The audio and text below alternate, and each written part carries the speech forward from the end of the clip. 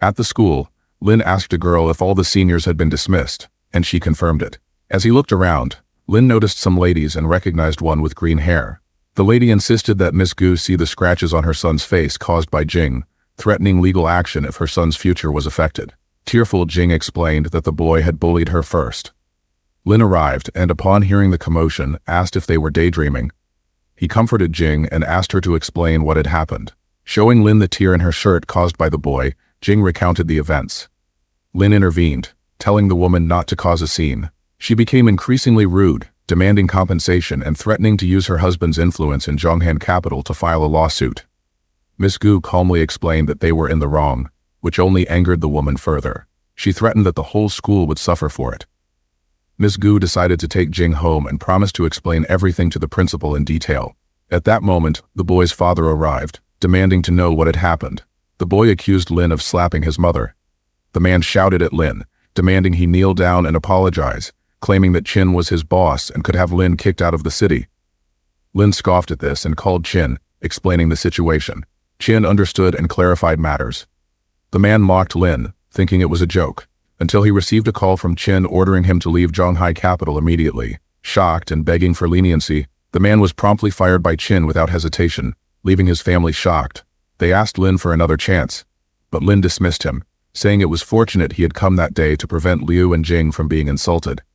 Lin told him to leave and strive to be a better person. Afterward, Lin and Jing returned to her home. Jing started to tell Liu what had happened, but Lin stopped her, suggesting it remain their secret between the two of them. At night, Lin arrived at the Chaoyang group and thought about the girl who was still working. He silently approached the CEO's office where she was and wondered if she wasn't afraid of anyone. Lin made some noise with a chair, startling her intensely, and he wondered who was there. He stepped outside to check, but found no one, so he returned. Suddenly she called out to Lin, asking him to come and pick her up. He refused, stating he was busy with work. She insisted, pleading for him to stop working and come because there was a bad guy in the company scaring her. Lin asked her to wait a moment. Then, she saw someone knocking at the door. The girl started crying, asking who was there, and mentioned her boyfriend was coming, so the person didn't need to think she was afraid. The boy responded that since her boyfriend was arriving, he would leave now. She recognized the voice and, as she opened the door, it was Lin. She hugged him tightly, explaining that a bad guy had been scaring her and asked how he had arrived so quickly. Lin replied that he was the scary boy. She asked if he had really been doing all that.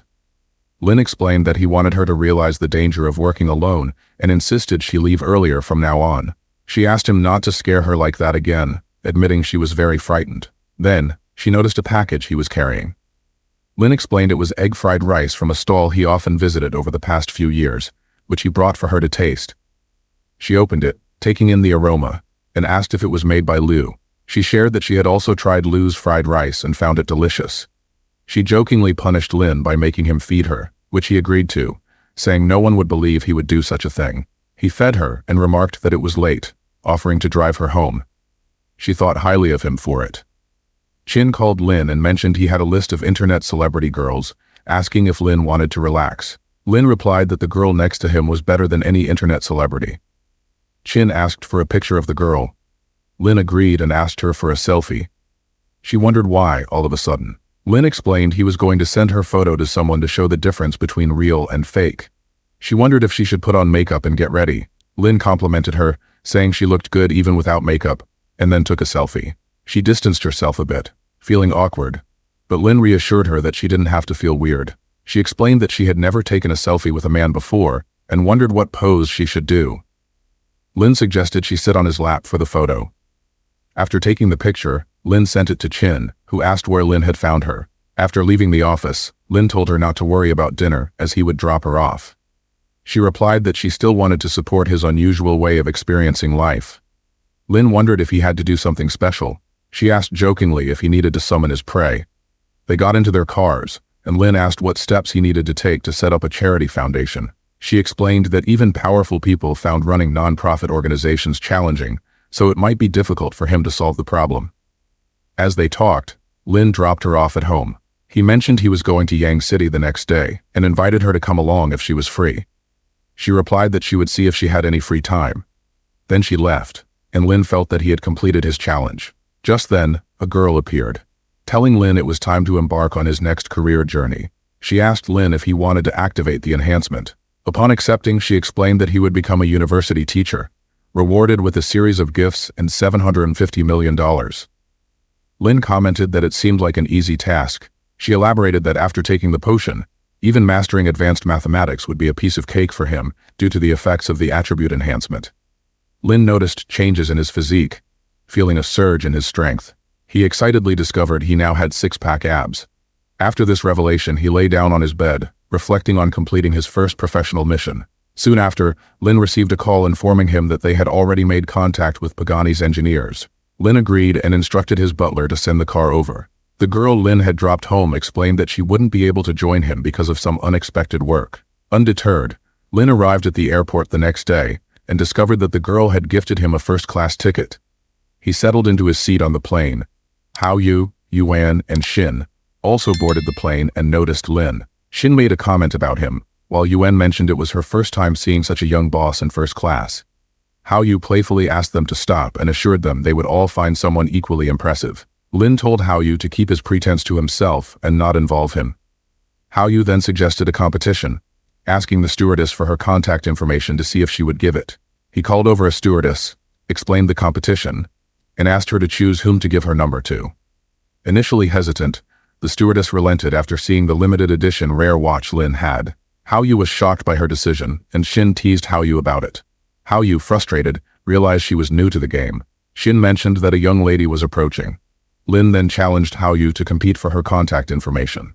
Hao Yu agreed, and as the girl approached Lin, she mentioned that she had the window seat. Hao Yu promptly asked her for her contact information. Lin, however, jokingly pulled the girl onto his lap, claiming he had the power to make her fall for him in an instant. Hao Yu jokingly warned the girl to call the police, claiming they were witnesses. The girl asked Lin to stop embarrassing her in public. Lin responded that he felt it was too stuffy on the plane and wanted some fresh air. The girl insisted he stop, noting the embarrassment in front of so many people. Lin then turned to Hao Yu, asking if he still wanted to continue their competition. Hao Yu was taken aback by Lin's bold move. Lin asked Ji Qing to sit there, wondering if she wasn't busy with company work. She denied it, and the other big man seemed angry. Xin wanted Lin's contact, but the boy refused because Lin wasn't a good boy, as he had touched Ji Qing inappropriately. Lin replied that they were going to marry soon, as they were lovers. Ji Qing asked him not to take advantage of her and said she needed to go to the bathroom. He replied that he would be gentle next time. After that, they both reached the Blue Sky Welfare Institute. Ji Qing mentioned that the piece of that orphanage would be worth at least a few million. Lin said the owner of that orphanage was a very rich lady, but she chose to take care of those children and didn't even wear rich clothes. They met the kids there and gave them snacks and gifts. Wang asked Lin why he didn't inform her earlier so she could make his favorite food. He replied that he wanted to surprise her. Wang asked if the surprise was Lin's girlfriend, whom he brought to meet her. As Ji Qing introduced herself, Wang asked her not to bring anything the next time. Wang asked a man to take the kids back while she took Lin and Ji Qing inside. As the man left, he saw Ning arrive with her boyfriend. Wang was so happy that Lin and Ning both came with their friends on the same day.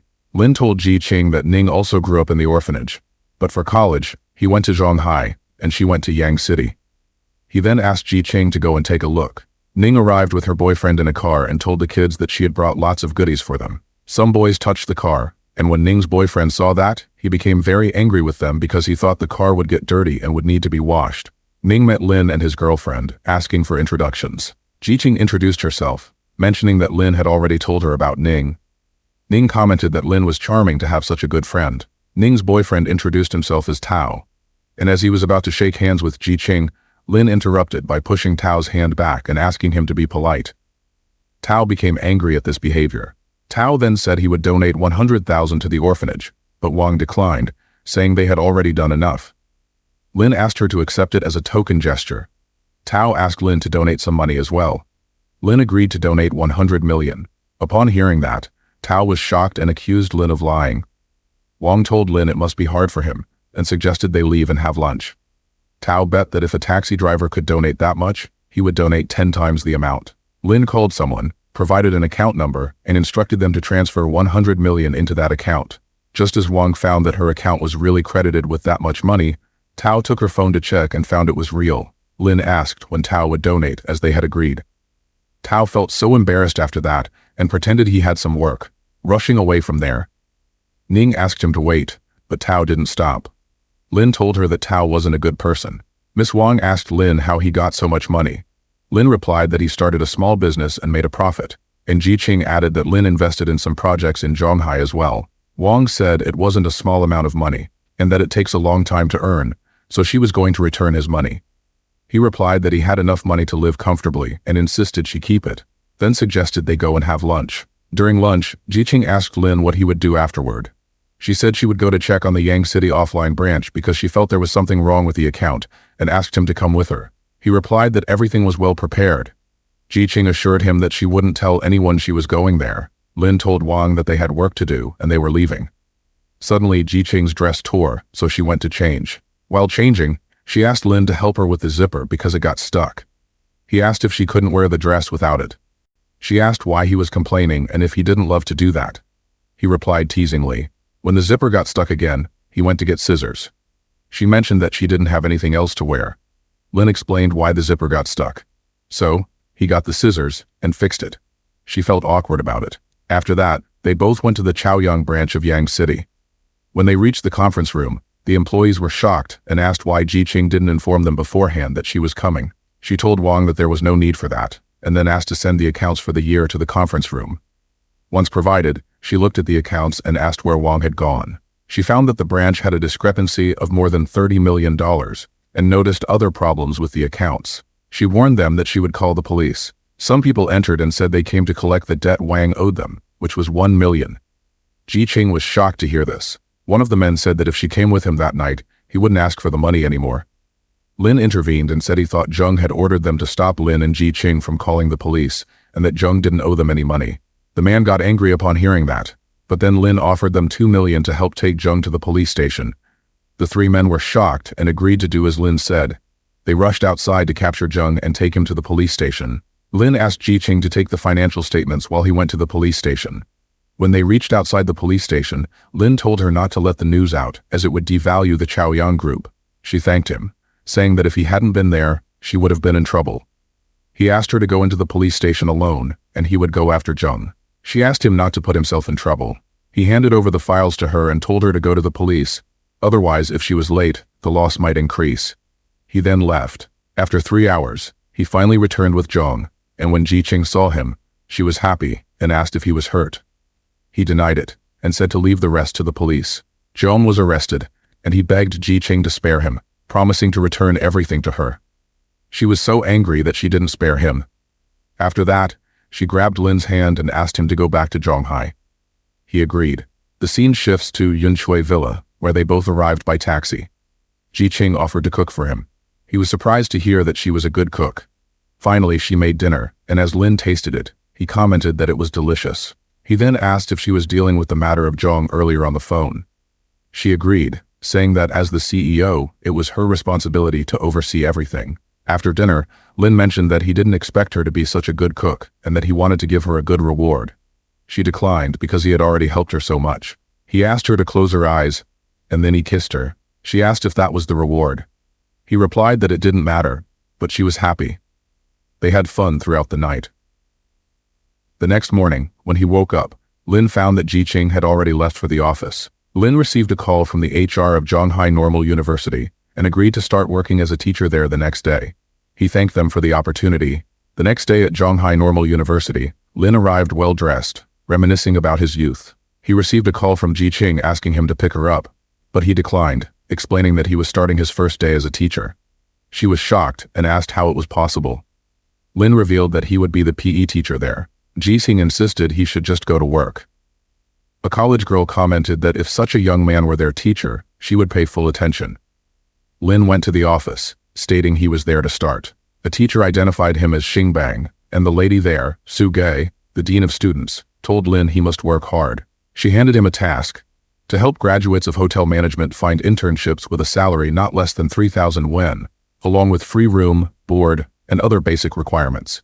Though he thought he was a PE teacher, she insisted he take on this responsibility, and he agreed. Xingbang showed Lin his desk, while others discussed how Sugei disliked those who used the back door. Xingbang suggested that Lin approach Tier 3 restaurants. Lin agreed and then contacted someone to come to his location. After half an hour, a man arrived, and Lin explained everything to him. Then he escorted the man to Soo-jae. She became angry that an outsider had come there. Lin explained that he had done it for the students' internships. Shocked, she stood up. The man turned out to be the manager of a grand hotel and agreed to provide internships for the students. Tianlong even offered $500 more than Soo-jae had requested. The woman who had assigned Lin the task said he had earned $200,000 and completed 20% of his experience. Xingbang asked what Lin was thinking and praised him for finishing the task in half a day. Tianlong left, and Lin asked Soo-jae to schedule his classes before leaving. Soo-jae instructed Xingbang to arrange a kinesiology class for Lin, noting that attendance had been less than 30%, meaning Lin would receive only half his salary if it continued. Soo-jae commented that since Lin was the PE teacher, it was the appropriate subject for him to teach. After that, Lin was walking on Wangjiang Pier when a car passed so closely that the lady inside told him not to touch her car. He replied that he was simply crossing the road. Chen emerged with an arrogant attitude, showing off her Audi A8.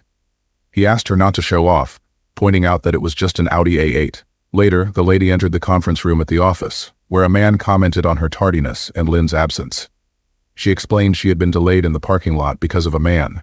Qian noticed Guan and asked if she wasn't ashamed of losing to Qian again. Qian wondered how a foreigner could have better knowledge of the area compared to locals. Finally, Lin entered the room, and Qian realized he was the man she had encountered in the parking lot. Lin asked a man if the lady was an employee of the company. He replied that she was a famous designer there. Lin sat down, stating he didn't want her there.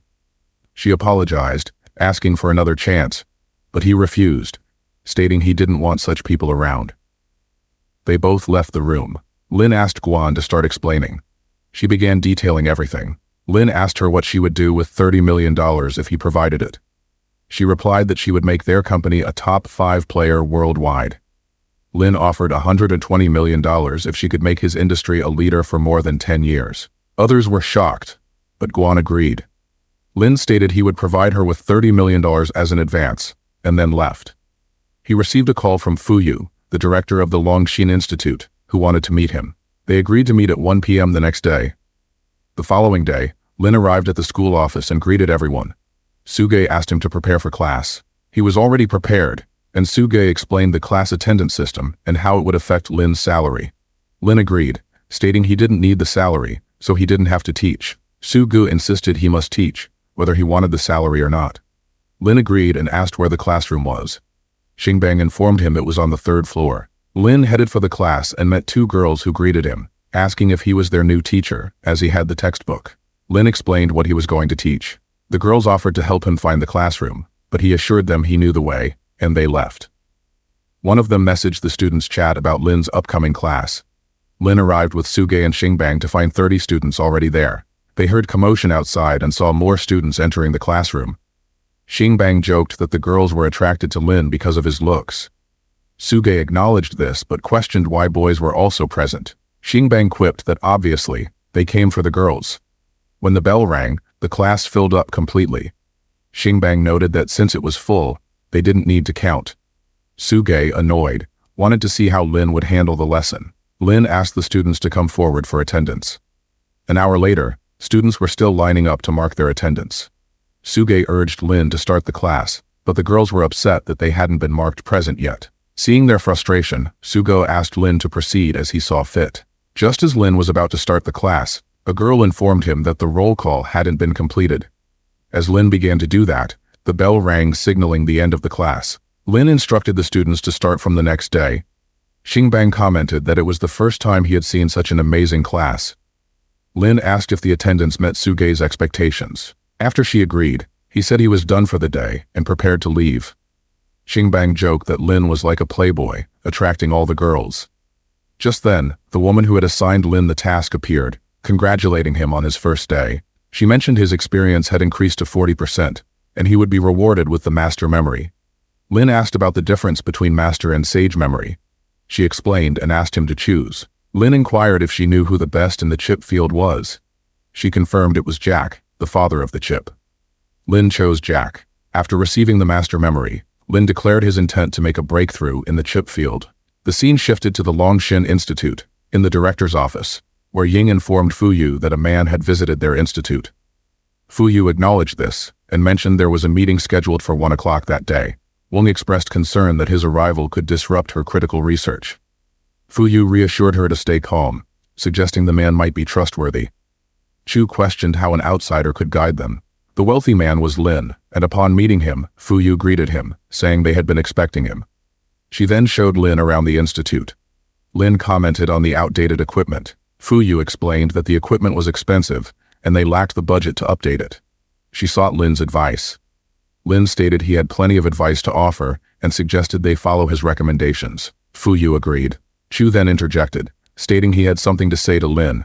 He bluntly told Lin not to interfere with their research direction and to let them work as they saw fit. Lin inquired about Chu's qualifications. When Chu responded, Lin remarked that he seemed to have only graduated from kindergarten.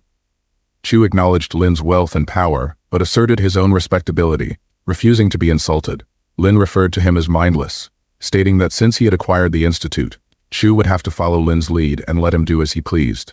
Fu Yu asked Lin to apologize to Chu, but Chu countered by showcasing his project and warning Lin of the consequences if he fired Chu. Lin questioned whether Chu thought the world revolved around him. Fu Yu explained the project, and Lin asked if it was challenging.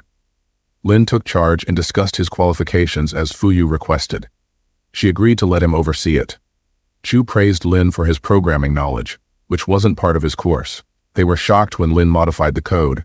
Lin assured them that fixing the bugs would prevent further mistakes. Lin finished coding there, and Chu asked if he wanted to review it again. Lin was satisfied, and when Fu Yu saw it, he declared it perfect, and they knew what to do next. Lin mentioned that he had resolved all the issues faced by Chu. He asked Fu Yu to create a list of the equipment needing replacement. Fu Yu was shocked, estimating it would cost around $5 million. Lin agreed to provide the funds later, instructing him to replace everything, and also to give all employees an $80,000 bonus. Fu Yu thanked him for everything. Ying apologized to Lin and asked him personal questions, exchanging personal contact information and encouraging her to reach out any time. Lin announced he was leaving and told Fu Yu to call if needed. Fu Yu accompanied him outside, where they met President Qi and his assistant, Geng. Fu Yu explained that he initially thought Qi had come to request use of the laboratory, but since it had been purchased, Fu Yu couldn't make decisions. Fu Yu then introduced Lin as the new owner and suggested Qi discuss laboratory matters with him.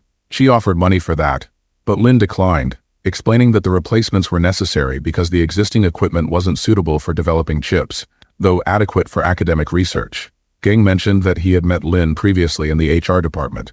Qi asked why Lin chose to become a teacher. Lin replied that it was to gain experience. He asked them not to let more people know, and then left. The next day, while sitting in his teacher's room, Jiaj entered angrily, and Xingbang informed him that Suge wasn't present. Jiaj explained that he had come to see Lin and mentioned that Lin had caused issues for Suge the previous day. Xingbang suggested that Jiaj not argue as he was under the vice president. Suge arrived and asked what had happened. Jiaj reassured her not to worry, saying he would handle her problem. She was shocked to hear that Lin was the issue and approached Lin, telling Jiaj not to interfere. Jiaj was taken aback and called Lin a bad guy. Upon leaving in anger, Jiaj departed, and Lin assured Suge that he would assist her with her tasks. Just then, Sugo received a call from the vice president, De Tian, summoning Lin to his office. She agreed and informed Lin, leaving Xingbang surprised and advising Lin to apologize. As Lin arrived, Jiaj informed him that he was fired. Lin asked De Tian why he was being fired. De Tian responded that Lin wasn't suitable for the job. Lin received a message from Qi to pick up his appointment letter, but Lin replied that he had been fired. Qi asked where Lin was and came to Dachin's office, questioning what was happening. Dachin explained that he didn't believe Lin was capable of the job and asked Lin to leave. Qi became furious with Dachin, stating that he had been considering appointing Lin as honorary vice president. He emphasized Lin's role as director of the Longshin Institute and his extensive knowledge. She then declared that both Jiaj and Dachin were unfit for their positions and demanded their resignations. Both were shocked, and Dachin requested another chance, apologizing profusely. Qi asked to assess Jiaj's character, noting he had already been given numerous opportunities. Datian started arguing with Jiaj. Qi then asked Lin to take Datian's seat, but Lin declined, stating his desire to remain a teacher. Qi decided to appoint Lin as deputy director with presidential powers. Afterwards, Qi approached Suge, who welcomed him. Sai mentioned he would handle the issue with Datian and Jiaj. Jiaj asked if they were fired and learned Lin would become deputy director. Another person asked how this happened, and Lin replied, "It was nothing." The girl responsible for assigning tasks arrived and mentioned that Lin had acquired the Twin Towers, explaining the details. Lin received a call confirming his ownership of the Twin Towers and arranged to handle formalities the next morning at 9 a.m. Upon returning to the office, Lin contemplated setting up a company to manage his assets. He unexpectedly encountered Suge wearing a towel. Suge was shocked and asked how he had entered. Lin explained it was also his office. She turned away, telling him not to look. Lin couldn't help but admire her figure, thinking it was impressive. Lin arrived at the Chaoyang Group press conference where he attracted the attention of many women. Spotting Ji-Ching with some girls, he decided not to disturb her and grabbed something to eat. A lady approached Lin to exchange contacts, but he politely declined, causing her to leave in frustration. Another lady asked Ji-Ching if she knew that Yaluo Company had secured a $150 million contract. Ji-Ching confirmed it, and Lin wondered if that was the company he had chosen. Wei approached Ji-Ching, inquiring if she was interested in a reconstruction project. She expressed interest but mentioned her lack of connections, making it difficult. Wei offered his assistance, explaining that the CEO of Yaluo Company was his cousin. Ji-Ching asked if he wanted to collaborate and invited him to her company for further discussion. Wei suggested they celebrate with dinner, but as he was about to approach her, Lin intervened, informing Wei that Ji-Ching wouldn't be dining with him. Wei questioned if Ji-Ching had time for Lin, and she affirmed she had an appointment with him. Wei argued the dinner was worth hundreds of dollars, but Ji-Ching chose to prioritize her plans with Lin.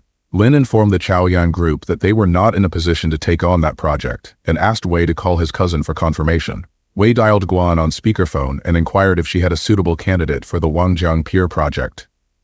Guan acknowledged working closely with Wei on her projects, but Lin interrupted, introducing himself as the owner of Wangjiang Pier. Wei was surprised, and Guan recognized Lin, confirming his authority over the project. Lin asked Wei if he now believed Lin had the decision-making power. Wei apologized and left at Lin's request. Lin informed Ji-Ching that he was waiting for her in the lounge. Others commented on how cool Lin was. When Ji-Ching arrived at the lounge, she found Lin lying on a couch. Without a word, she sat down nearby. Lin gently took her hand and guided her to sit on his lap. She realized he had been pretending to sleep. Ji-Ching remarked that Lin had also acquired Wangjiang Pier and was managing ordinary tasks while investing in other industries. Lin questioned how he could accurately gauge the market without revealing his ownership. Ji-Ching assured him she would complete the Wangjiang Pier project flawlessly, but Lin hesitated to assign it to her. She suggested they enjoy the evening together, prompting Lin to suggest she speak directly with Guan, the project's designer. The scene shifted to the next day, where Lin stood outside his office. Ching approached, recognizing him after a long time and inquiring about his current activities. He mentioned being a physical education teacher, which she playfully teased for not being lucrative. Ching revealed she was a low-ranking employee at Yuandong Group earning $30,000 annually. Lin shared he was there to purchase a house and asked about the commotion at her company. Ching speculated about a mysterious tycoon who had acquired the Twin Towers and was expected to complete formalities that day. Vice President Luo prepared to meet the buyer of the Twin Towers. Ren noticed Ching there and asked what she was doing. She explained she had just bumped into her college classmate. Introducing Ren as her boyfriend, she suggested Lin consider offering Ren a job and invited Lin to join them for lunch. Ren declined, stating he only dined with wealthy individuals and didn't want to waste time with Lin. He mentioned the imminent arrival of the Twin Towers buyer. Ching suggested they discuss matters later at home. As people lined up, Lin revealed himself as the Twin Towers buyer, but preferred not to make a grand entrance. He began walking, leaving Ching and Ren shocked upon hearing the revelation. Ji-Ching mentioned that So Lin had also acquired Wangjiang Pier and was now involved in ordinary work while investing in other industries. She asked how he would discover the real market if he didn't reveal that. So Lin replied that she would complete the Wangjiang Pier project perfectly. However, Lin had not assigned that project to her. She suggested that he enjoy the night, and in response, Lin said he would also speak to Guan, the project's designer. Vice President Luo arrived, visibly angry, and asked what Ching was doing. She apologized, explaining that Lin was her classmate who had lost his mind. Luo instructed security to remove her from the premises. He then slapped Ren, who asked for the reason. Luo revealed that Lin was the one who had purchased the Twin Towers, questioning how they dared to treat Lin that way. Ren asked if that was even possible. Ching asked Lin if he really bought it. Lin confirmed he had come to buy his own home. Luo apologized to Lin and promised to host a banquet that night to make amends. Lin asked Ren if he still wanted to have dinner together. Luo instructed them to leave Ren alone and focus on signing the contract in the conference room. When Lin arrived, he found numerous documents to sign, which took nearly half an hour to complete. During the contract signing, Luo asked if Lin had anyone to manage the Twin Towers. Lin inquired if Luo could recommend someone. Luo mentioned that his brother owned a property company in the city and offered his brother's services if Lin hadn't found anyone yet. Lin requested Luo to have his brother contact him. On the other hand, Qing and Ren emerged with some files, and Ren said he would find another job to support her. However, she responded that they weren't right for each other and broke up with him. Ren was shocked, reminding her of their promise to marry. She explained that Lin had given her a love letter in college, and she intended to be with him now. Ren criticized her, calling her unfaithful, and then left. Qing stood outside, applying makeup. Lin approached and asked why she hadn't left yet. She replied that she was waiting for him and had also broken up with Ren. Lin nonchalantly said he didn't care. Qing then mentioned the love letter Lin had supposedly written to her in college, now accepting it as true. Lin revealed it had been written by someone else. Others nearby gossiped that girls like Qing only wanted to be with rich men and were not good people. Lin told Qing to return to work and announced he was leaving. As he got into his car, she sat inside without permission, claiming she had been fired, and asked him to drop her home. He demanded to know who allowed her to sit there. Qing pleaded with Lin to drive her home since they were classmates. Irritated, Lin called the police, describing her as a crazy girl who had illegally entered his car. Hearing this, Qing quickly got out, and Lin drove away. The scene shifted to Music Plaza, where a girl on a bike was hit by a car. The man emerged angrily, berating her for damaging his new car and questioning why she had come there if she couldn't handle herself. She retorted, asking why he was shouting, and offered to pay for the damage. The man scoffed, implying she couldn't afford it, and then condescendingly offered her a job as his secretary, suggesting he would deduct the repair costs from her salary. Enraged, she objected, but he abruptly silenced her by covering her face with a cloth, causing her to lose consciousness. Suddenly, Lin arrived in his car, drawing attention and admiration from onlookers. Recognizing Lin, Ying approached him and asked why he was there. He simply replied that he was passing through. Noticing her red hands, he inquired about what happened. Wang explained that the man had been taking liberties with her and recounted the entire incident. Lin asked the man how a motorcycle could be blown over on such a hot and windless day. Spotting a monitor nearby, Lin suggested they review what happened. After viewing the footage, the man proposed they forget the incident, offering to repair his car. Lin questioned his hurry and threatened to call the police. The man pleaded for mercy, explaining he needed to support his family. Lin relented and left him. Ying mentioned feeling dizzy, prompting Lin to offer to drive her home. During the ride, he asked if she still lived in the same apartment. She confirmed, and Lin questioned why she hadn't bought a car, especially now that she was promoted to sales minister.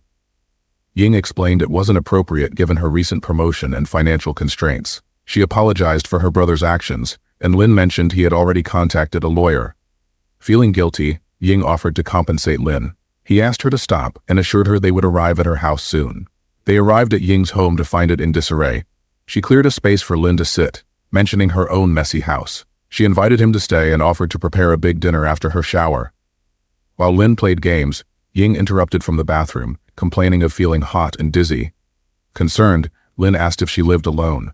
She unexpectedly asked for a kiss. Lin hesitated, not wanting her to regret it, but she insisted, expressing a desire not to overthink and wanting him to feel her. Afterward, Lin inquired about Ying's divorce. She explained her husband had cheated on her, leading to their breakup. Lin criticized the man for betraying such a good wife. Preparing to leave, Lin advised Ying to finalize her divorce quickly. She argued that it was exhausting to drive him home and suggested he stay the night. Lin declined, citing an early commitment at the university the next day. Despite the late hour, he left to go home. Next day at the university, Lin was shocked to find that his desk in the teacher's room was missing. Xingbang informed him that he had been promoted to deputy director, so he and Suge would now share an office. Lin protested, saying he didn't want this and requested his old desk back. Just then, Suge arrived and asked Lin to repeat what he had said. Lin was surprised to see her and quickly dismissed it as nothing important. After that, the phone rang and Suge picked up the call. She was informed that Xiao was threatening to jump from a building due to work-related stress and was asked to come quickly. Shocked, Suge asked where Xiao was. She explained to Lin that Liu had told her Xiao was distressed over work issues and contemplating suicide. Suge urged Lin to accompany her. and they, along with Xingbang, hurried to the scene. On the way, Lin questioned what was happening and who was considering jumping. Suge explained that Xiao was a brilliant student set to graduate that year, who had rented an apartment for her internship. She didn't know the exact details of what had happened. Xingbang asked where Xiao was working, and Suge mentioned it was at Zhonghan Capital, which Lin recognized as Qin's company. Upon arrival, a large crowd had already gathered. Suzhou crossed the police line, identifying herself as Xiao's teacher, and asked to speak with her. The police agreed, but he decided to accompany them. They reached the top floor, where a lady was already present with Xiao, who was seeking help. Suzhou asked Xiao about the problem and commended her bravery, questioning the reasons behind the incident. Xiao tearfully revealed that someone had done something terrible to her, and even her boyfriend didn't believe her. They were shocked to hear this. Lin asked Xiao to disclose the name of the perpetrator. Xiao replied that she never thought the deputy CEO would do such a thing to her. Sugo reassured her, urging her to calm down, noting that she was still young with much ahead of her. As Xiao backed away, she warned that she would jump if they approached. Lin urged her to do it quickly, suggesting it would expedite police action. He told her that death would be pointless, and asked what would happen to her case afterward, emphasizing that she needed to live for justice. Suzhou assured her that they would definitely help Xiao. Xiao refused, stating they wouldn't be able to do anything because the man was the deputy CEO of Zhonghai Capital. Lin promised her that he would ensure the deputy CEO went to prison, but he wouldn't force her if she didn't want to proceed. As she glanced away, Lin suddenly moved to grab her and pull her back.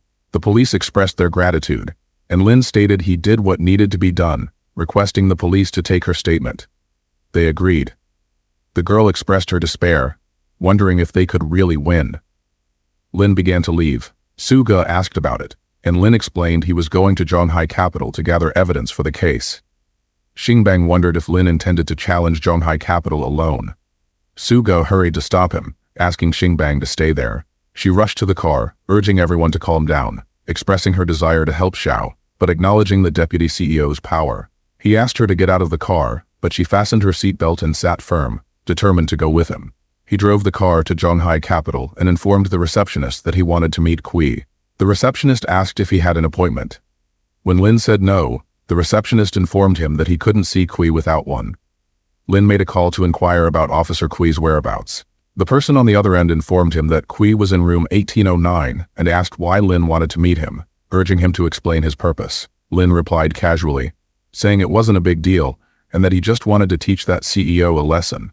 Lin proceeded inside as the receptionist asked him to wait. In Officer Kui's office, he was in a meeting with another man discussing investments that were under Kui's jurisdiction. Kui welcomed Lin, mentioning he was having a rough day and was looking forward to some entertainment. Lin kicked the door open, questioning if Kui hadn't had enough fun already and was still seeking more. Kui demanded to know who Lin was and how he dared to barge in.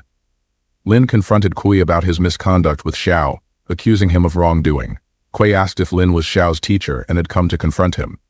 Lin clarified that Xiao had falsely accused him because he had rejected her advances, and he wasn't going to let that go easily. Suzhou moved to confront Kui for his shameless behavior, but Kui grabbed her hand, pushing her back, asserting that she wasn't qualified to speak to him and that he had the legal department behind him. Lin became visibly enraged and kicked over a cup, expressing his anger. Kui ordered Chan to call security. Chan began calling for security, and Kui himself rushed to attack Lin. Lin retaliated by kicking him down once again. Suga thought Lin seemed incredibly strong.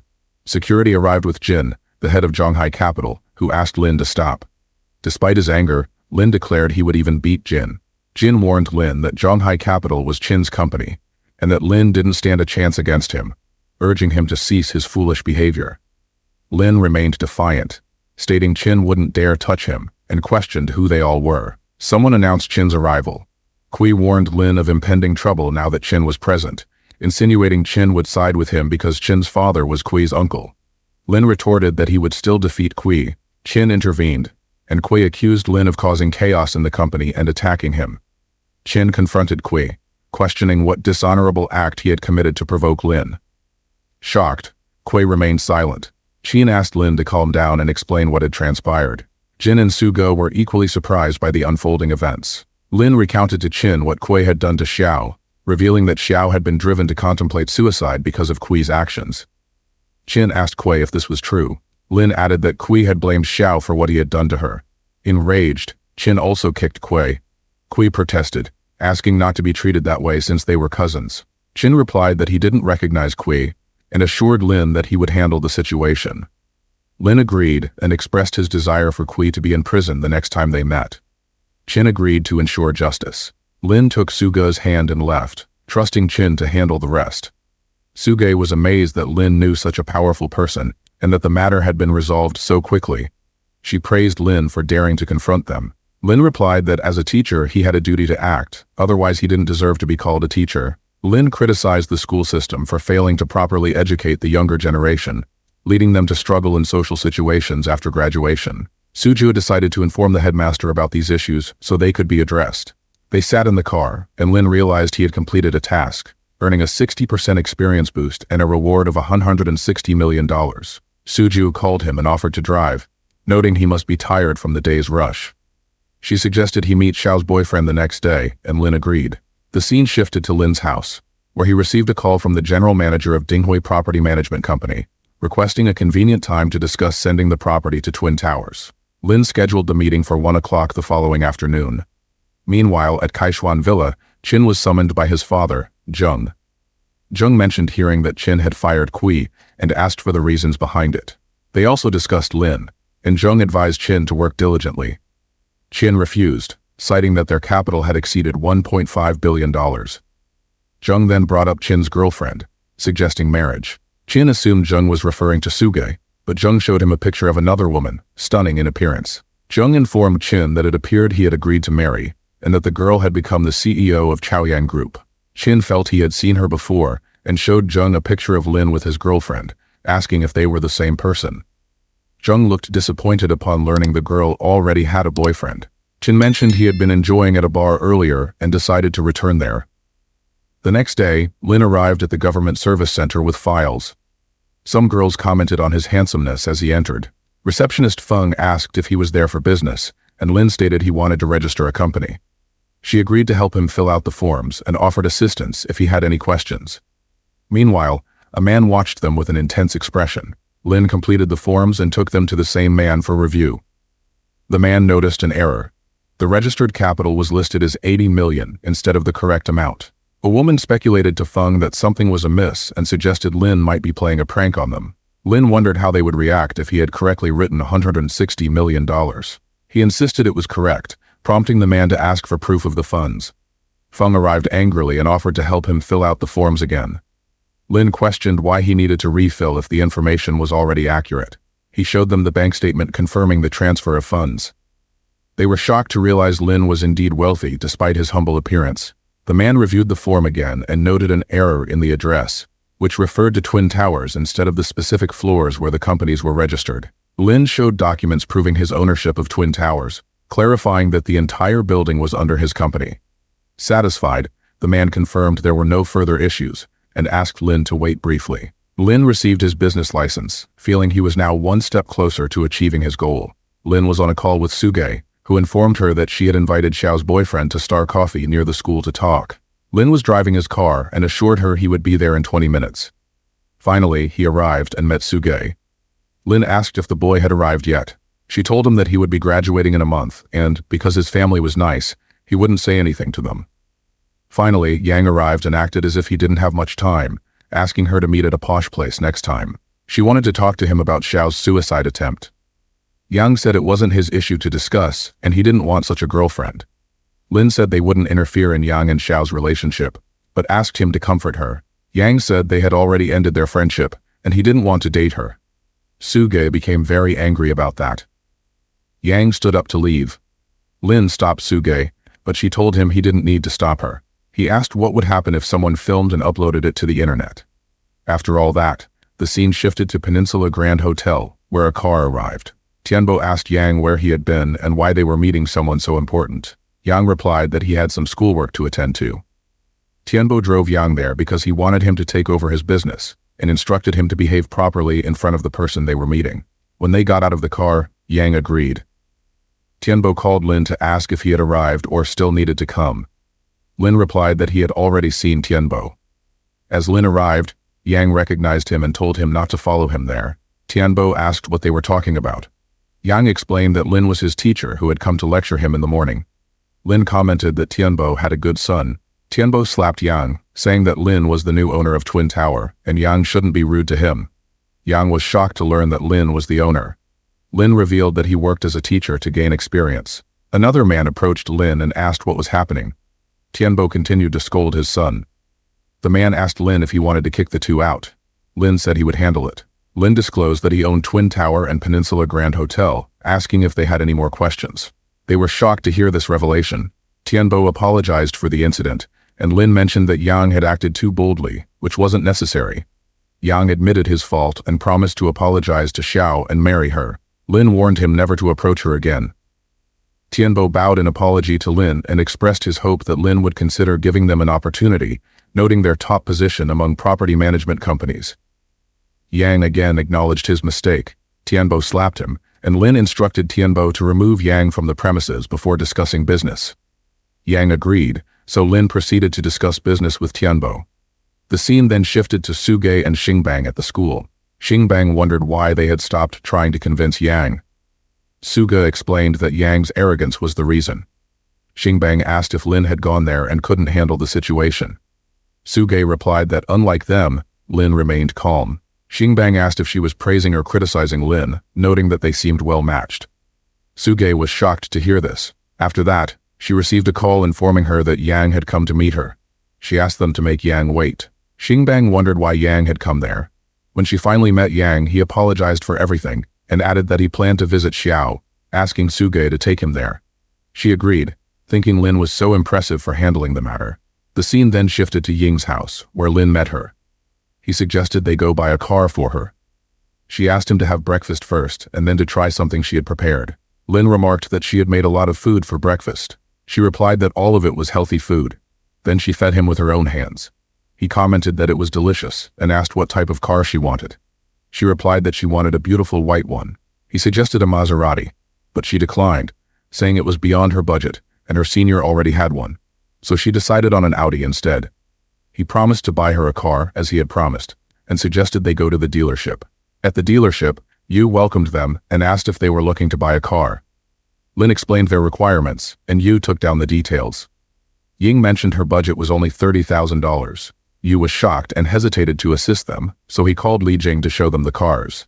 She agreed, and Lin asked Yu if he thought their budget was too low, which was why he hadn't shown them any cars. Yu agreed with him. Just then, a man approached to ask whose sports car was parked outside. Yu checked and found it was worth more than $5 million. He asked Liu what was going on. Liu explained that he wanted to drive in, but the car was in the way, so he wanted it moved. Lin apologized and told Ying they should leave. He said he would move the car with Yang. Yu asked if the sports car outside belonged to Lin. Lin asked if there was a problem and suggested to Ying that they go to a different dealership since they weren't welcome there. Liu asked them to wait and said he would show them the car. Yu apologized to Lin, who replied that he would take his business elsewhere. Liu became angry and fired Yu on the spot. Ying apologized to Lin for the embarrassment. They arrived at a different dealership, and Lin told Ying she didn't need to apologize because with her help, he understood the beginning of his job. They found a car, and Ying said people might think she was the mistress of a rich person. Lin told her to ignore them, whether she liked it or not. Seeing that she did, he suggested they test drive the car. Afterwards, he bought the car for her. He suggested that she had had her license for a long time, so she could practice driving with him when he was free. She was thrilled and thanked him for the car. He hugged her and told her it was his pleasure. Lin arrived at Jiangnan restaurant to meet Guan, who mentioned she had been waiting for him. He suggested they sit down and eat while they talked. Lin asked when the first phase would be completed. Gen replied that it would take 2 months. Lin commented that it was too slow and promised to transfer her the $60 million the next day, urging her to find more companies to collaborate with. She agreed and thought he was very generous. Lin asked her to design a logo for his Lingyun group. She inquired about the company's location, and Lin informed her it was in Twin Tower. She remarked on Lin's success at such a young age, and mentioned there was a new owner there. She then asked if he had any specific design requirements. Lin requested incorporating the Lingyun Tower into the design. She hesitated, suggesting it might be inappropriate to change the name since he worked there. Lin revealed that he had already purchased Twin Tower. She was shocked to hear this, and apologized for getting overly excited. Afterwards, she invited him to her home for coffee, but Lin declined due to other commitments. She promised to send him an email with the project details and then left. Suddenly, a waitress arrived with Suge, who was heavily intoxicated. Suge expressed her desire to drink more. Lin noticed them and called out to Suge, who said it was a coincidence to meet him there. The waitress explained that Suge's boyfriend had broken up with her, which was why she was drinking so much. The waitress asked Lin to take Suge home. Lin lifted Suge and asked where she lived. Suge commented on her ex-boyfriend's shamelessness and complimented Lin's looks. He helped her into his car, but Suge insisted she didn't want to go home and wanted to drink more. Lin decided to take her to the Peninsula Grand Hotel, which he owned. A man asked if Suge was his girlfriend. Lin denied it and asked for the best sweet and wine. As they were served, Lin stopped Suge from drinking more alcohol. She asked if he thought she would misbehave with him. Lin assured her it wouldn't be his fault. Suge mentioned she had a surprise for him. She led him into a room and asked him to sit down, assuring him she didn't intend to harm him. She showed him various items, and he asked where she had obtained them. She explained that her boyfriend had told her she wasn't capable of such things, so he had suggested she gain some experience. After acquiring the items, he had left her. She then playfully restrained Lin's hands, telling him to behave. She blindfolded him, and when he asked what she was doing, she replied that he would understand soon. They both enjoyed their time together. Afterward, Lin fell asleep, and Suge wondered what had prompted her to act this way with him. She quietly left without saying anything. When Lin woke up, he found that she had run away without a word. The girl who had given him the task then appeared and revealed that his proficiency had reached 70%, offering him the opportunity to activate a new career. Puzzled, he agreed to activate it. She informed him that his new job would be as a delivery man, promising him numerous rewards including $1.5 million and a limited edition Tomoburini T12 with top-notch driving skills. Lin wondered why she had changed her attire. He realized that this new career seemed promising and would offer more freedom than teaching at school. She informed him that his bike was parked in the hotel's parking lot and suggested he go check it out. Lin dressed up and went to see his bike, noting its worth of $1 million and how cool it looked. He also found a helmet that wasn't yet available for sale. Lin put on the helmet and rode off on his bike. Lin meets Suge, who is shocked to see the bike.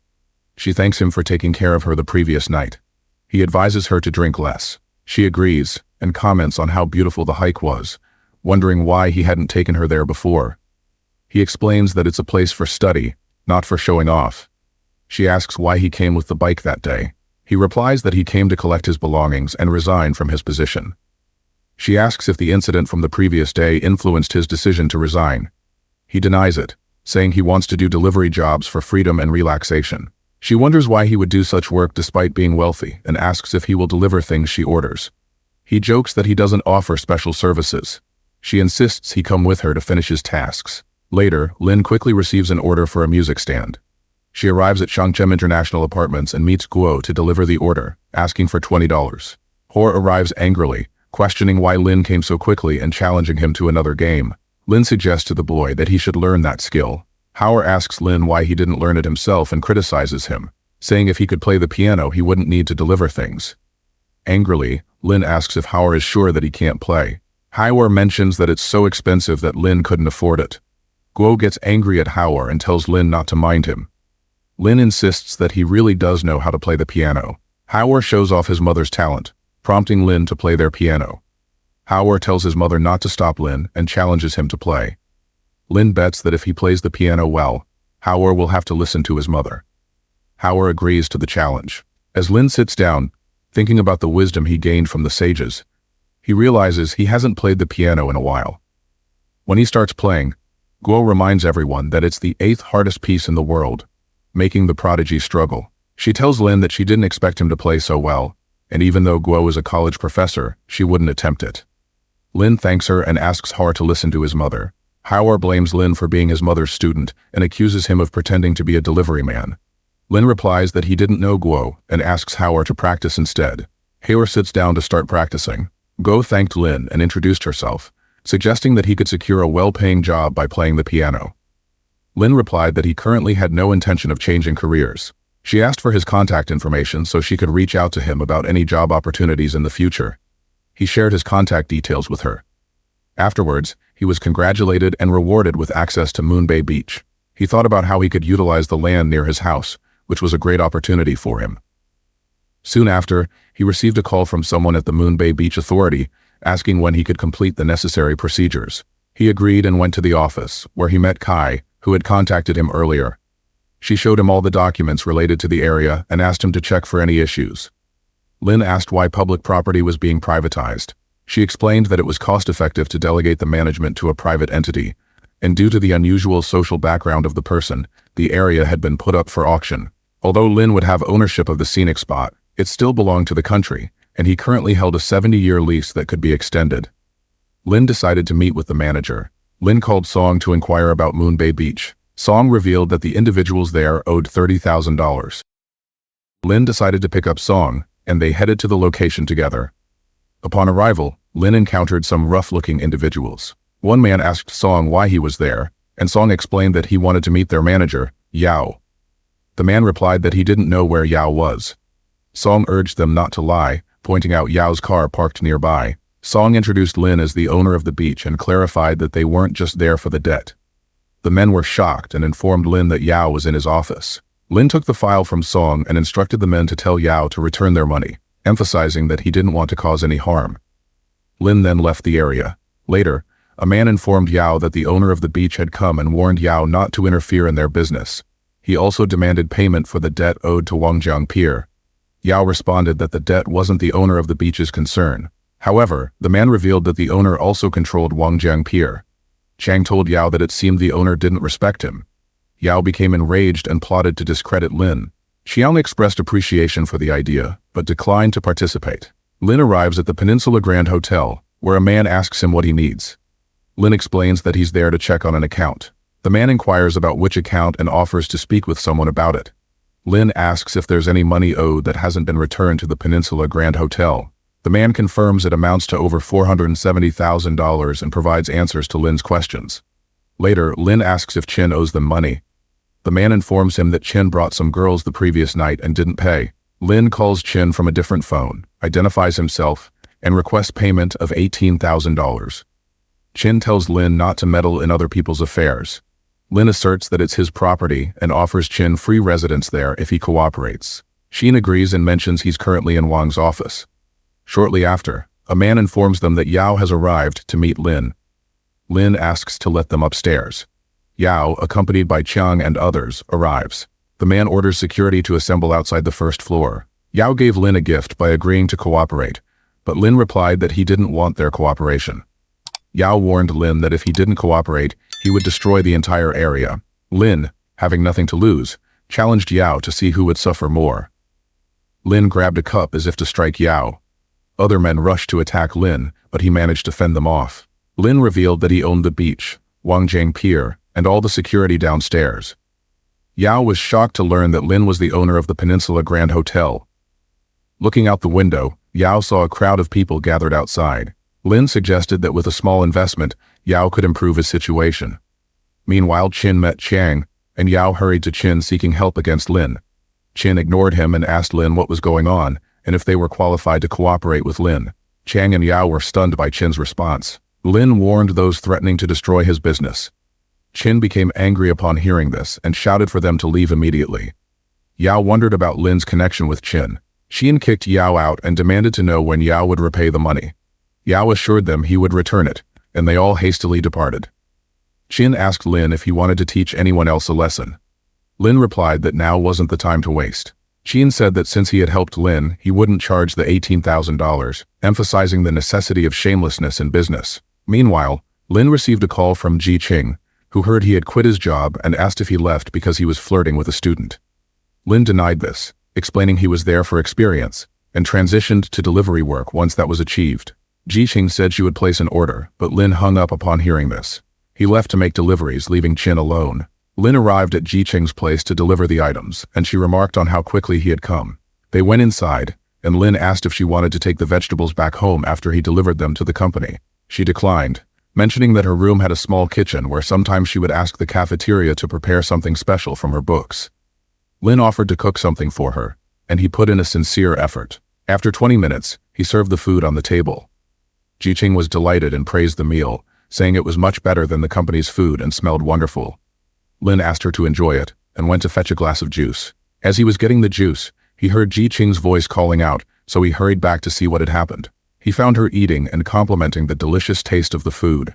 She complimented the food a lot, wondering why he was so good at cooking. He replied that he had a bit of talent for it. She asked what reward he wanted for that. He kissed her and said he wanted that as a reward. He took her to have some romance, but she asked him why they were in the office. Lin commented that it was more exciting there. After some time, she was sitting on his lap, and he asked why she called him in the morning. She told him she wanted him to go to Wangjang Pier with her.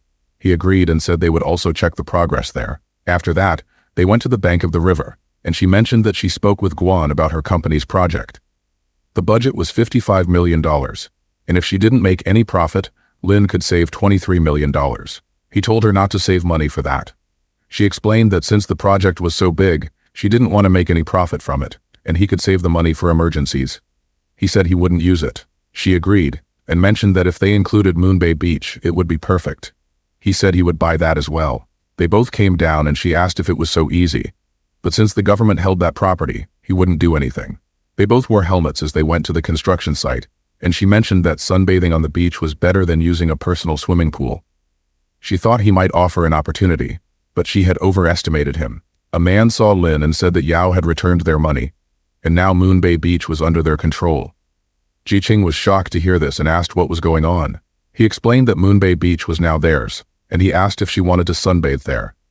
She remarked that Lin was so bad, always teasing her. Jiqing mentioned that since he owned Wangjang Pier, she asked if he could take her to the beach when he was free. He agreed, and suggested they also go diving there. She was surprised that he knew about that too. She suggested meeting with 2 people to establish the foundation, and she would also find an office building for him. He left the procedures to her, with the address being Lingyun Tower. She asked if he had bought that too. He confirmed and then mentioned he had to go to work to deliver some things. He asked her to go back safely. She commented that it would be tiring for him to deliver the goods and wished him to be careful before leaving. He received an order to buy 2 swimming rings of any brand, each costing around $30. Lin reached a shop and inquired about swimming rings priced around $30 that were of good quality. The man showed him one priced at $32, so Lin bought 2 and asked for a receipt. The man commented that Lin seemed very handsome and offered to introduce him to some wealthy girls. Lin joked that the man seemed like a broker, to which the man replied that he was just kidding. Lin arrived at the beach and called the delivery man. The man instructed him to deliver the items under the red umbrella where he was sitting. Lin mentioned that there were many big red umbrellas. The man became angry, and then Lin was called over by a girl named Bing. Finding Lin handsome, Bing asked another girl, Lulu, to check out how awesome the delivery man was. Lulu looked and asked if he was really the delivery man. Faye remarked that Lin was clueless. Bing wondered if Lin wanted to work as a waiter at her store. Lin approached them to deliver the swimming rings, but he asked for $64 as each one cost $32. Bing offered Lin a job as a waiter at her clothing store. Lin declined and asked who would pay the bill. Faye became angry and said he had ordered Lin to bring swimming rings costing $30 each, but Lin brought ones costing $32, indicating he was thinking of his profit. Faye suggested that Lin might have bought cheaper swimming rings and shown them a fake receipt. Lin asked if they thought he needed money. Faye asked if Lin was a rich person. Bing asked Faye to stop and expressed her belief that Lin wouldn't do such a thing, offering to pay for it herself. Faye insisted that he had invited them to enjoy themselves, so he wouldn't let her pay. Faye handed money to Lin. Lin found it was only $60, but the total was $64. Faye explained that he had ordered 2 rings costing $30 each, so he wouldn't pay the price difference. Lulu agreed with Faye and advised Lin to learn from his mistake. Lin gave the money back to Bing, saying that her friends were not wealthy and to consider it a gift. He started to leave, but Faye boasted that he earned $310,000 a year. Lin replied that he wouldn't argue over the price of 2 swimming rings. Then Faye ordered something else from Lin. Bing asked him not to bother himself and said he wouldn't win against Faye. Lulu asked Bing not to interfere. Lin received an order from Faye to buy a Ferrari 812. Faye instructed Lin to buy it and he would cover the cost. Lulu teased Lin, saying he only bought the Ferrari model. Lin left to fulfill the order. Afterward, Faye had wine and offered some to Bing, but she declined. Lulu encouraged Bing to have fun. Bing replied that they shouldn't disrespect a delivery boy. Faye was shocked to hear this and asked if she really thought of him that way. Lin returned with a suitcase. Faye became angry and demanded that Lin apologize before leaving. Bing got angry at Faye for going too far. Lulu told Bing not to act like that and said she didn't need to argue for a delivery man. Bing replied that she wouldn't accept Faye treating anyone like that. Faye told Lin that he had the money ready, but since Lin hadn't brought the car, Faye would buy it himself. Lin opened the bag and showed him the purchase papers, with a total cost of $1.1 million, and asked how Faye intended to pay. Faye asked how Lin managed to get that. Lin signaled for a truck to open, revealing the car Faye had ordered. Lin sarcastically remarked that since Faye was rich, he could pay for it. Faye apologized for his behavior. Lin asked him to get on his knees and beg for mercy. Faye became angry and threatened to call Yao, who was influential in the area. Lin found this amusing, and Faye called Yao, offering him $15,000 for help. Afterward, Faye instructed Lin to wait there, Bing advised Lin to leave quietly. Eventually, Yao arrived with some men. Faye hurried to Yao and pointed out Lin as the troublemaker. Lin turned to them and questioned if they really wanted to cause trouble. They all looked at Lin and bowed before him. Lin reminded them that he had already asked them to leave, yet they had returned within a day. Yao apologized, admitting his mistake. Faye was confused by the situation. Then Yao confronted Faye, emphasizing that Lin was the owner of the beach and Wangjiang Pier, questioning Faye's audacity in messing with Lin. Bing and Lulu were shocked to hear this. Yao asked Lin how he wanted to handle the situation. Lin requested Faye to kneel and beg for mercy. They threatened Faye until he complied. Faye, frightened, did as instructed.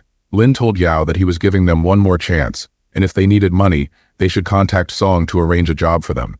Yao and Chang thanked Lin for his help. Bing said she didn't want to stay there anymore but didn't have a car to leave, so she asked Lin for a ride. Lin asked her to change out of her swimsuit because it was inappropriate. She replied that it didn't matter and made her feel cool. Lulu asked Lin to take her as well, but Lin asked if she wanted to go home or just get into the truck.